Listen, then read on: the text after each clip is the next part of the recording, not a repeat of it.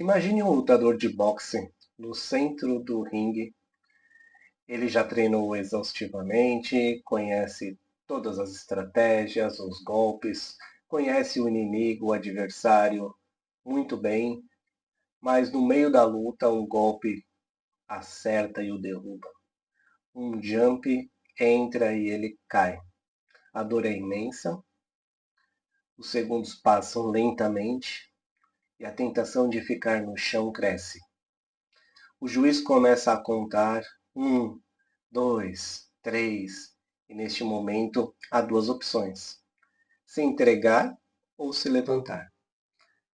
Muitos já caíram e decidiram não continuar. O cansaço, o medo e as derrotas acumuladas fazem parecer impossível continuar. Mas os verdadeiros campeões sabem que a luta não termina quando se cai. Ela termina quando se desiste. A vida cristã é um combate constante. Somos atingidos pelo pecado, seduzidos pelo mundo e tentados pelo inimigo. Cada golpe que levamos nos desafia. Vamos permanecer no chão ou vamos nos levantar? Em Apocalipse 13, encontramos um retrato intenso dessa luta espiritual. O inimigo usa estratégias para enganar e derrubar o povo de Deus, mas aqueles que pertencem a Cristo não são derrotados.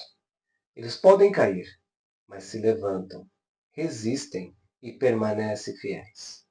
Hoje vamos refletir sobre como podemos lutar e perseverar. Na primeira parte, veremos como o pecado e o tentador tentam nos enganar e enfraquecer. Na segunda parte, entenderemos como permanecer firmes, confiando em Deus e na vitória que Ele nos dá. O verdadeiro campeão da fé não é aquele que nunca cai, mas é aquele que se levanta todas as vezes, seguro no poder de Cristo. Primeira divisão, lutando contra o engano e o poder do pecado. Vamos dividir Apocalipse 13. Nessa primeira parte, vai do versículo 1 até o 8. E a segunda divisão, a besta da terra impõe adoração, mas os santos perseveram. Apocalipse 13, versículo 9 ao 18. Na introdução, falamos sobre um lutador que leva golpes, mas precisa decidir entre ficar no chão ou se levantar. Na nossa vida cristã, a batalha não é apenas contra dificuldades externas, mas principalmente contra o pecado e o engano do tentador. Em Apocalipse 13, vemos um retrato dessa luta, o inimigo e o pecado. Vamos explorar o caráter e a universalidade do pecado agora. O pecado não é apenas um ato isolado, mas um poder que busca nos controlar. Vemos aqui a definição, a origem, a natureza e a universalidade do pecado. O que é o pecado? O pecado é rebelião contra Deus e qualquer desvio do seu caráter perfeito. A régua de Deus é perfeita, ela é santa, santa. Tudo que se desvia do perfeito é pecado. 1 João 3,4 diz: todo aquele que pratica o pecado transgride a lei. De fato, o pecado é a transgressão da lei. Em Apocalipse 13:1, vemos a besta surgindo com nomes de blasfêmia em suas cabeças. Isso significa a sua essência, rebelião contra Deus. O pecado não é apenas o pecado não apenas desobedece, mas desafia a autoridade de Deus, querendo assumir o lugar de Deus, ou estar no controle da sua própria existência, da sua própria vida. O pecado não aparece como algo ruim no início, mas como algo atraente, poderoso e sedutor. O mundo admira e segue a besta, versículo 3 e 4, que veremos mais adiante. Assim como as pessoas muitas vezes são atraídas pelo pecado sem perceber que ele está escravizando. A origem do pecado, de onde ele vem?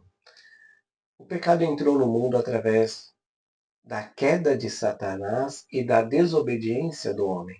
Gênesis 3, 1, 6. Satanás usou um engano para levar Eva e Adão a pecarem. Isaías 3, 1, 6. Isaías 14, 12 a 14. O pecado começou com a rebelião de Satanás, que quis se igualar a Deus, quis ser igual a Deus.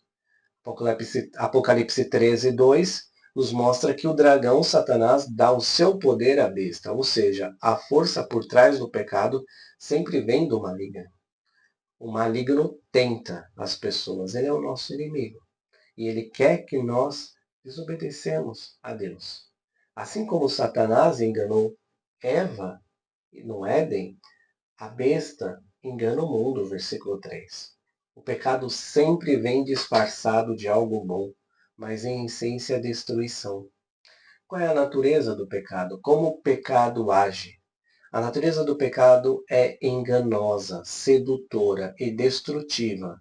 Romanos 7,11. Porque o pecado, aproveitando a ocasião dada pelo mandamento, enganou-me e por meio dele me matou. O pecado tem aparência de vida, mas gera morte. Assim como a besta parece ressuscitar e impressiona o mundo, no versículo 3, o pecado sempre tenta parecer inofensivo, ou até bom, mas leva à destruição. Tiago 1, 14 e 15 diz: cada um é tentado pela sua própria cobiça, sendo por ela arrastado e seduzido. Então a cobiça, depois de haver concebido, dá à luz o pecado. E o pecado, uma vez consumado, gera morte. O pecado começa com algo pequeno, cobiça. Cresce, vira uma sedução e se torna em destruição. Assim como a besta exerce poder sobre aqueles que a seguem, o pecado ganha poder sobre aqueles que não lutam contra ele. Por isso da importância da luta contra o pecado. Porque o pecado não é uma luta única, é uma luta universal. Quem está sob o domínio do pecado? O pecado não é um problema apenas de uma pessoa, seu ou meu, mas afeta toda a humanidade. Romanos 3:23 diz: pois todos pecaram e estão destituídos da glória de Deus. Apocalipse 3, 7 a 8, vemos que o poder da besta se estende a todas as nações, tribos e povos. Isso se reflete a verdade de que o pecado alcança todo mundo. Efésios 2, 1, 2. Vocês estavam mortos em suas transgressões e pecados, nos quais costumavam a viver, quando seguiam a presente ordem deste mundo e o príncipe do poder do ar. Todos nós, antes de sermos salvos por Cristo, estávamos presos ao pecado, mortos e dominados pelo inimigo. Mas nem todos adoram a besta. Apocalipse 13:8, apenas aqueles cujos nomes não estão no livro da vida se rendem completamente ao pecado. Isso significa que em Cristo há salvação do poder do pecado. Assim como um lutador de boxe se levanta após cair, nós podemos nos levantar a cada golpe do pecado e do inimigo. O pecado apresenta como algo irreversível, mas Cristo já venceu o poder do pecado.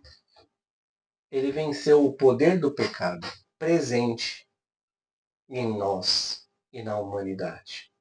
O pecado tenta controlar, mas Cristo nos dá liberdade. O pecado traz morte, mas Jesus nos dá vida. Romanos 6,14.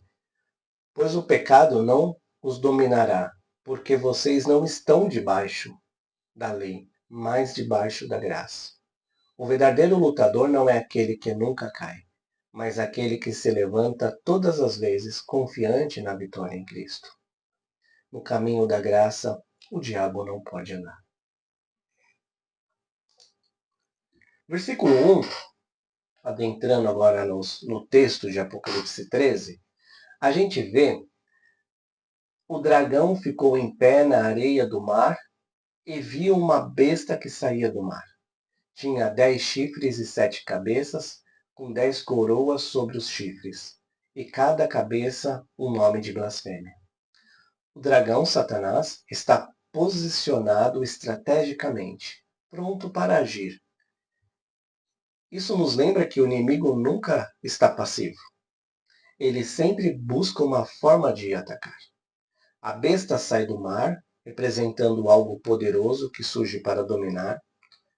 O pecado muitas vezes aparece assim nas nossas vidas, na minha vida e na sua vida, como algo grande, aparentemente irresistível.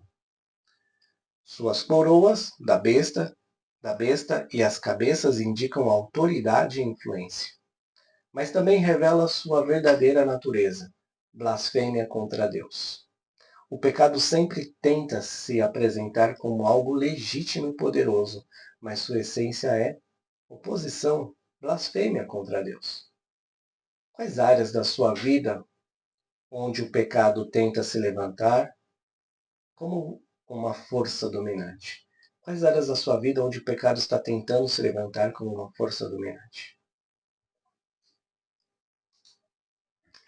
Versículo 2, a força do tentador. A besta que visse parecia com um leopardo, mas tinha pés como os de urso e boca como a de um leão. O dragão deu à besta o seu poder e o seu trono e grande autoridade. Aqui nós vemos a velocidade do leopardo, a força do urso, a ferocidade do leão. O inimigo é rápido, forte e mortal. E o inimigo traz com ele uma tentação de pecarmos. E o pecado não vem devagar. Ele se aproveita da fraqueza. Ele engana rapidamente e destrói quando menos esperamos.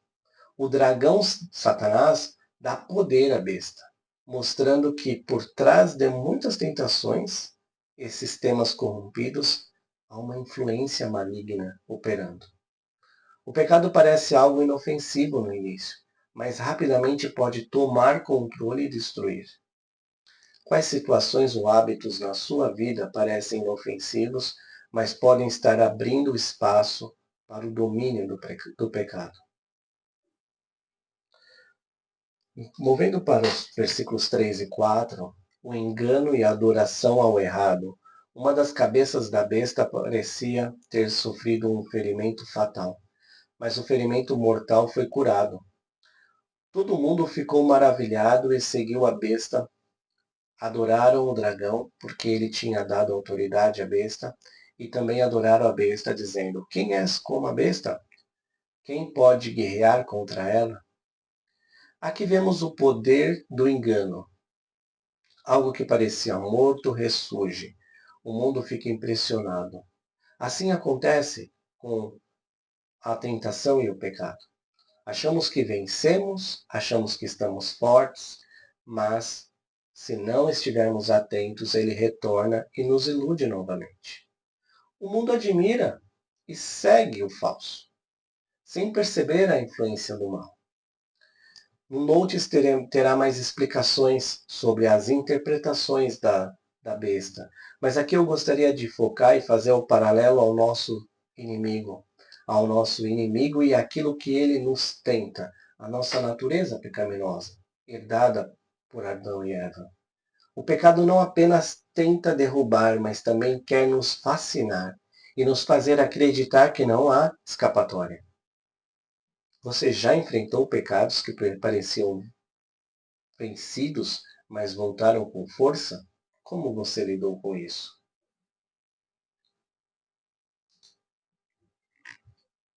Versículos 5 e 6, a voz do engano. A besta foi dada uma boca para proferir palavras arrogantes e blasfêmias e recebeu autoridade para agir durante 42 meses. Ela abriu a boca para blasfemar contra Deus, para amaldiçoar o seu nome e o seu tabernáculo e os que vivem no céu. A batalha não é apenas física, mas espiritual e verbal. O inimigo usa mentiras, arrogância, blasfêmia, para enfraquecer a fé dos cristãos. Ele usa todas as circunstâncias para nos enfraquecer. Muitas vezes, a maior luta do cristão não é contra pessoas ou circunstâncias, mas contra mentiras que o inimigo planta na sua mente. Se ouvirmos as mentiras do inimigo e as aceitamos, podemos perder a força na luta. A palavra de Deus é a nossa defesa.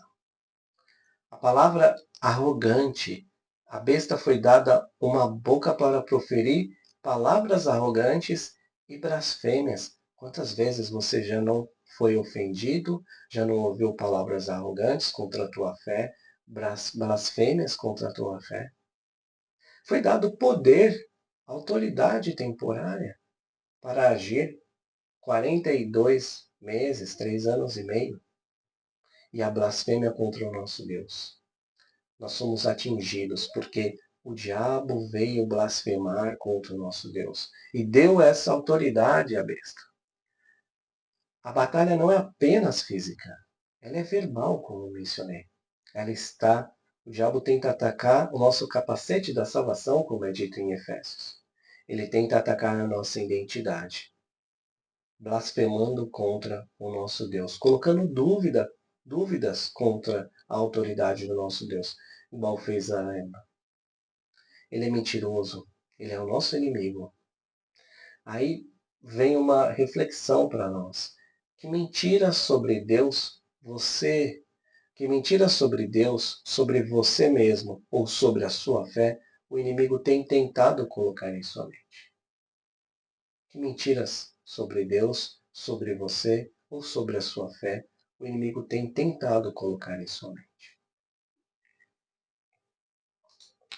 Versículos 7 e 8, o ataque contra os santos.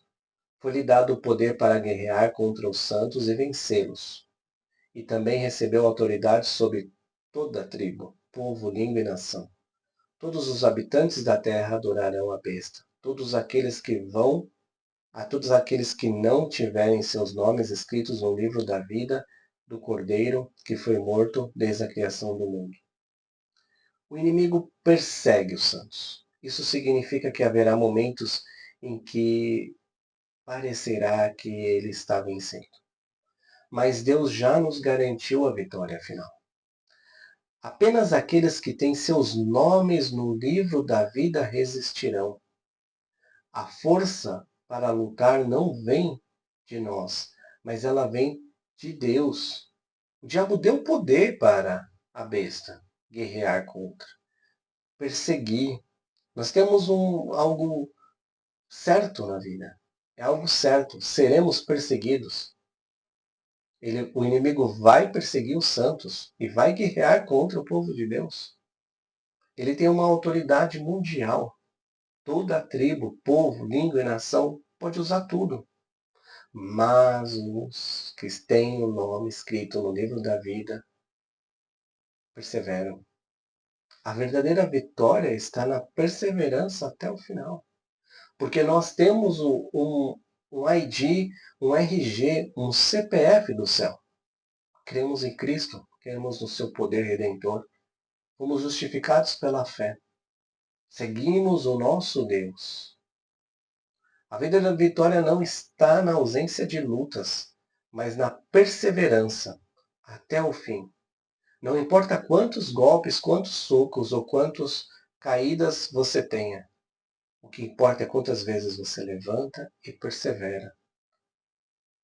A derrota não está na queda. A derrota está em desistir de lutar.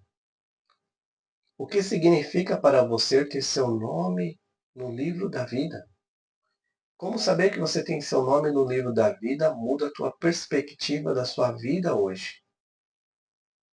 Como saber que você tem o seu nome no livro da vida muda a sua perspectiva hoje? Ou as suas perspectivas?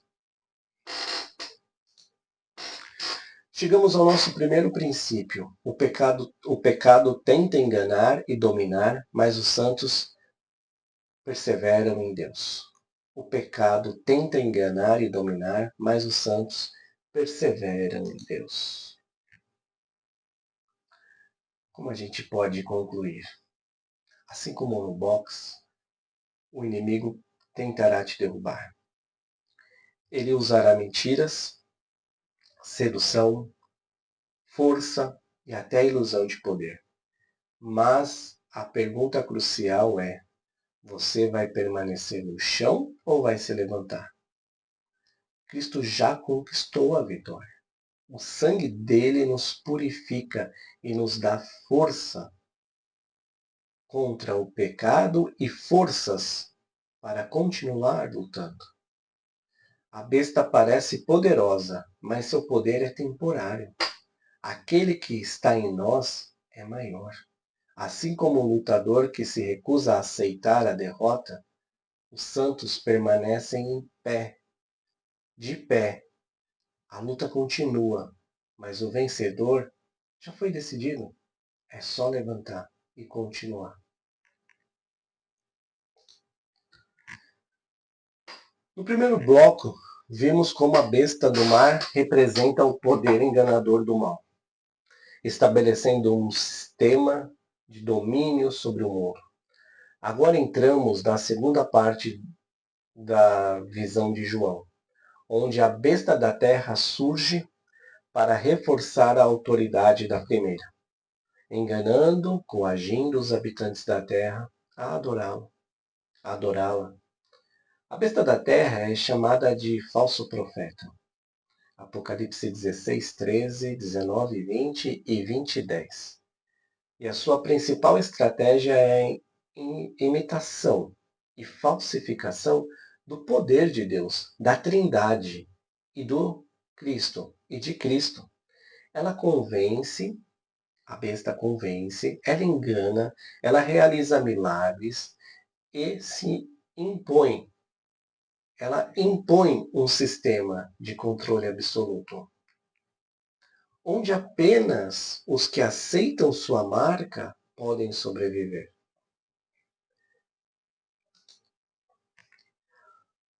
A chamada perseverança, versículos 9 e 10. Aquele que tem ouvidos, ouça. Se alguém está destinado ao cativeiro, para o cativeiro irá. Se alguém deve ser morto à espada será. Aqui está a perseverança e a fidelidade dos santos. O que significa o que aqueles que têm ouvidos ouçam? Um chamado à atenção. Já vimos isso em outras palestras. Essa frase marca uma advertência crucial. João está enfatizando que essa mensagem é para aqueles que estão espiritualmente atentos. Jesus usou essa mesma expressão nos evangelhos, Mateus 11:15, e também nas cartas às 7 igrejas, em Apocalipse 2 e 3, como vimos, sempre chamando os ouvintes a discernirem uma verdade espiritual profunda.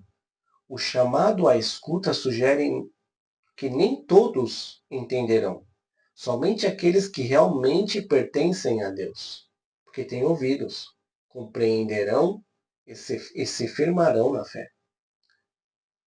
O quanto estamos atentos à voz de Deus? Será que estamos ouvindo o chamado para a perseverança ou deixamos o medo, as dificuldades abafarem nossa fé?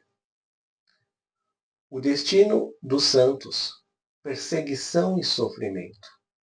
Se alguém está destinado ao cativeiro, para o cativeiro irá. Se alguém deve ser morto à espada será. Essa frase vem de Jeremias 15, 2, onde Deus declara juízo contra Judá, permitindo que alguns fossem levados ao exílio, outros à morte. No contexto de Apocalipse 13, significa que Deus permite que alguns crentes sejam presos, outros sejam mortos, mas isso não significa que ele perdeu o controle. A perseguição não é um acidente, mas algo que já previsto no plano soberano de Deus. Mateus 10, 28. Não tenham medo dos que matam o corpo, mas não podem matar a alma. Daniel 3, 16, 18. Sadraque, Mesaque e Abidnego enfrentaram a morte, mas permaneceram fiéis. Nosso chamado não é evitar dificuldades, mas confiar que Deus nos sustenta na tribulação. Somos chamados à perseverança. Os santos são chamados à perseverança, à verdadeira vitória. Aqui está a perseverança e a fidelidade dos santos, diz o versículo. Esse trecho é um dos mais importantes de Apocalipse 13. Ele mostra que a vitória não é escapar da perseguição, mas permanecer fiel a Deus até o fim. Os santos não são aqueles que vencem pela força, mas que resistem em fidelidade. Não caem da fé, porque eles resistem na fé. Apocalipse 2:10, seja fiel até a morte, e eu lhe darei a coroa da vida. Hebreus 12:1, 2, a corrida cristã exige perseverança e foco em Cristo. O que significa para você perseverar na fé? Sua confiança está nas circunstâncias ou na fidelidade de Deus? Os próximos versículos 11 e 12, a segunda besta é o falso profeta. Então vi a outra besta que saía da terra. Tinha 2 chifres como de cordeiro, mas falava como dragão. Exerceu toda a autoridade da primeira besta em nome dela e fez a terra e os seus habitantes adorarem a primeira besta, cuja ferida mortal havia sido curada. João vê outra besta, mas agora surgindo da terra, ao contrário da primeira que vinha do mar. Diferente da primeira besta, que representa poder político e militar, essa segunda besta simboliza engano religioso e manipulação espiritual. Sua aparência engana à primeira vista. Ela parece um cordeiro, o que sugere mansidão, inofensividade e até algo religioso. No entanto, suas palavras revelam sua verdadeira natureza, pois ela fala como um dragão, ou seja, fala como Satanás. Mateus 7,15. Cuidado com os falsos profetas. Eles vêm a vocês disfarçados de ovelhas, mas por dentro são lobos vorazes. 2 Coríntios 11,14. Satanás se disfarça de anjo de luz. Como podemos discernir os falsos ensinamentos e reconhecer a verdadeira voz de Deus? A trindade satânica e a imitação do Espírito Santo. Assim como o Espírito Santo direciona os crentes para adorar a Cristo, essa segunda besta direciona a humanidade para adorar a primeira besta.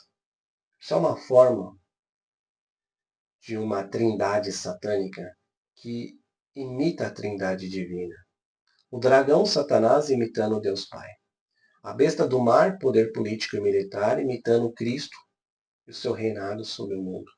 A besta da terra, falso profeta, imitando o Espírito Santo, desviando a adoração para a primeira besta. João 16, 13 a 14. O Espírito Santo guia os crentes à verdade e glorifica Cristo.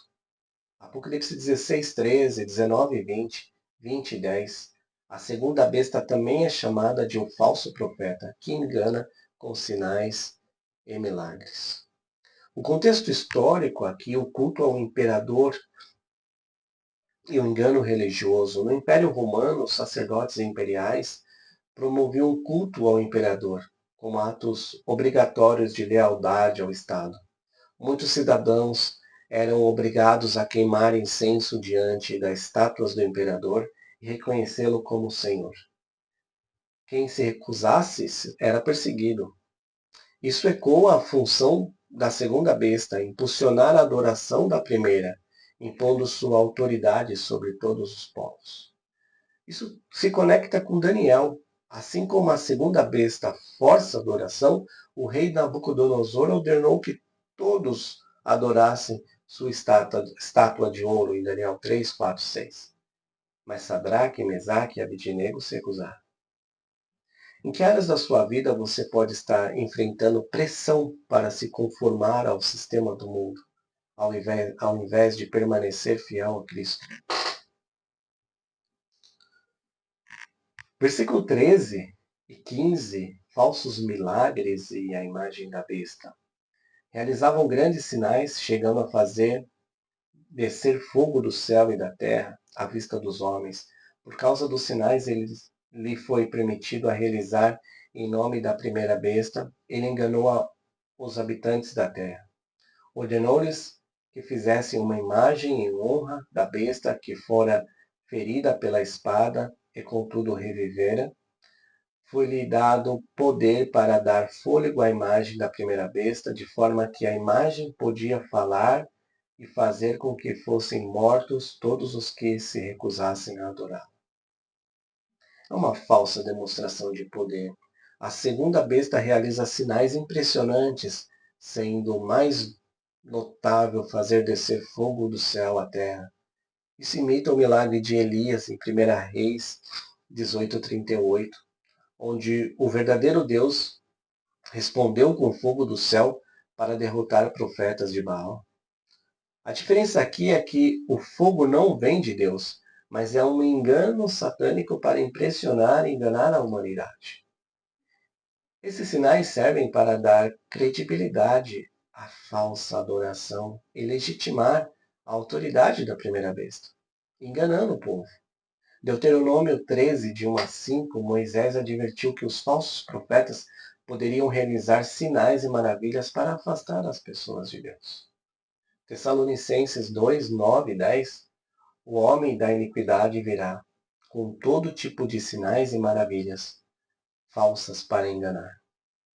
A imagem da besta é um engano religioso. A segunda besta ordena que seja feita uma imagem da primeira besta, fortalecendo a ideia de sua adoração.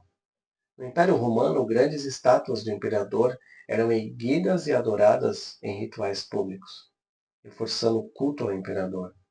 Sacerdotes imperiais usavam truques para dar a impressão de que as estátuas estavam vivas. Em termos modernos, avanços tecnológicos e inteligência artificial podem criar ilusões semelhantes, imitando vida onde não há vida, onde há engano. Daniel 4:6, novamente, Nabucodonosor exigiu que todos adorassem sua imagem de ouro, sob pena de morte. Mas Mateus 24:24, Jesus adverte que os falsos cristos e falsos profetas realizariam sinais para enganar até os eleitos. A imagem ganha vida e controle totalitário. A besta dá fôlego à imagem, tornando-a aparentemente viva e capaz de falar. Essa é uma clara imitação da criação de Deus. Somente Deus pode verdadeiramente dar vida. Gênesis 2:7. O propósito da imagem viva não é trazer vida, mas sim controle e opressão. Todos aqueles que se recusarem a adorá-la serão mortos. Esse tipo de coerção já aconteceu na história, como no Império Romano, onde os cristãos eram mortos por se recusarem a oferecer sacrifícios ao imperador. Êxodo 7, 10 a 12, os magos do Egito imitaram os sinais de Deus para enganar Faraó. 1 João 4:1, amados, não creiam em qualquer espírito, mas examinem os espíritos para ver se eles vêm de Deus. Que áreas da sua vida você pode estar enfrentando pressão para se conformar ao sistema do mundo, ao invés de permanecer fiel a Cristo? Versículos 16 a 17, a marca da besta, o controle econômico. Também obrigou a todos, pequenos e grandes, e ricos e pobres, livres e escravos, a receberem certa marca na mão direita ou na testa, para que ninguém pudesse comprar ou vender, a não ser que tivesse a marca, que é o nome da besta ou o número do seu nome. O controle total da segunda besta, A segunda besta força todas as pessoas, independentemente de sua posição social, a receber uma marca. Esse sistema de controle atinge toda a população, todos, dos mais influentes até os mais humildes. O objetivo não é apenas identificação, mas lealdade absoluta ao sistema da besta. Êxodo 13, 9 a 16. Deus ordenou que o povo de Israel tivesse seus mandamentos como um sinal na mão e na testa, simbolizando dedicação total a ele. A marca da besta imita isso, exigindo submissão total ao maligno. Apocalipse 7:3, o povo de Deus recebe o selo do Espírito Santo, que é outra marca que a besta imita. Que áreas da sua vida você está marcado ou conformado pelo mundo, ao invés da marca e da fidelidade a Cristo? A marca da besta, símbolo da lealdade e submissão. No Império Romano, os escravos e soldados recebiam uma marca de lealdade aos seus senhores. A marca pode representar um selo físico, um sistema de controle econômico, um compromisso ideológico com o governo anticristão. Esse sistema imita e zomba o selo de Deus, pois Satanás sempre quer falsificar aquilo que é de Deus. Ezequiel 9:4, Deus ordena que um selo seja colocado nos fiéis antes do juízo. 2 Tessalonicenses 2, 9 a 12, o anticristo usará todo tipo de engano para atrair os que rejeitam a verdade. Como a sua confissão e aceitação da obra redentora de Cristo e o selo do Espírito Santo te leva a discernir os valores deste mundo. O controle econômico. Comprar e vender sob domínio da besta. Sem a marca, ninguém pode comprar, vender. Isso significa que o sistema da besta exerce controle total sobre a economia. No contexto de João, os cristãos enfrentam boicotes econômicos por não participarem do culto ao imperador. Eles perderam empregos, tinham negócios fechados, sofriam perseguições. Esse mesmo padrão se repete na história. Regimes autoritários sempre usam a economia como ferramenta de coerção. Mateus 6:24, ninguém pode servir a dois senhores. Não podem servir a Deus e ao dinheiro. Filipenses 4:19, o meu Deus suprirá todas as necessidades de vocês, de acordo com as suas riquezas em glória. Nossa confiança está em Deus ou no sistema econômico do mundo? Como podemos enfrentar e a depender, como podemos aprender a depender mais de Deus em tempos de crise e de perseguição? Último versículo. O número da besta aqui, a sabedoria. Aquele que tem entendimento, calcule o número da besta, pois é um número de homem. Seu número é 666. O significado de 666 é a relação com a imperfeição. João afirma que o número da besta é um número de homem, o que sugere que esse número está relacionado à humanidade e à sua natureza caída. O número 6 na Bíblia frequentemente simboliza imperfeição, ou incompletude, ou não completo.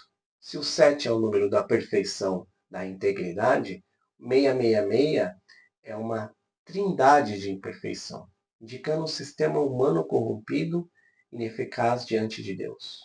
Muitos acreditam que 666 representa a falsa trindade composta por Satanás, o dragão, a besta do mar, poder político, a besta da terra, poder religioso falso.